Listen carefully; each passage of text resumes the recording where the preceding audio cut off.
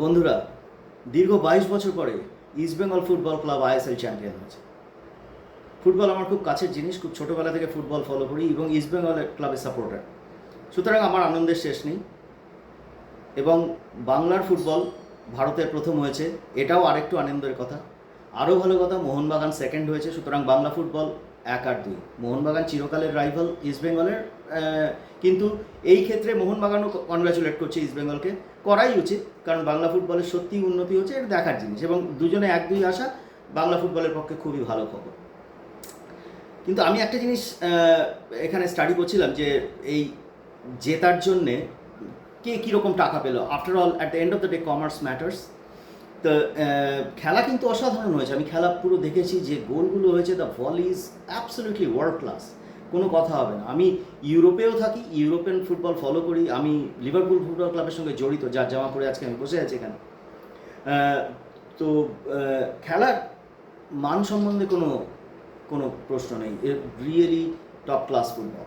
কিন্তু the prize money, I was looking at it, East Bengal gets 2.5 crores Indian rupees for winning it, and Mohun Bagan for coming second comes 1.5 crores.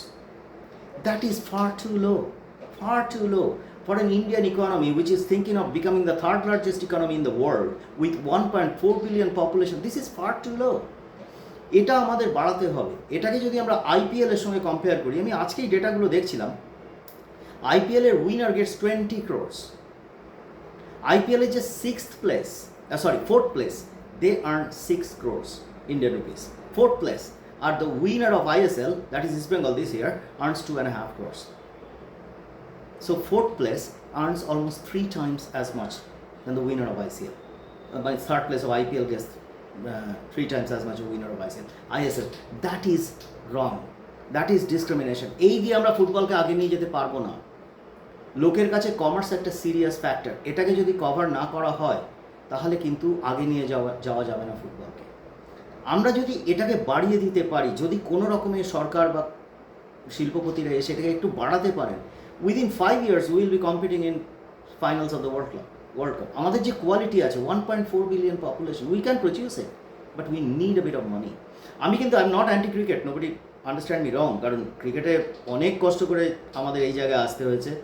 We are world number 1, and for no reason we should lose it. Whatever has to be done has to be done. আমরা কিছুতেই এই পজিশনটা loose করতে চাই না, এবং কোনোদিন করতে দেওয়া উচিতও নয়। কিন্তু তাই বলে ফুটবলটাকে আগে নিয়ে যাওয়া যাবে না, এটাও ঠিক নয়।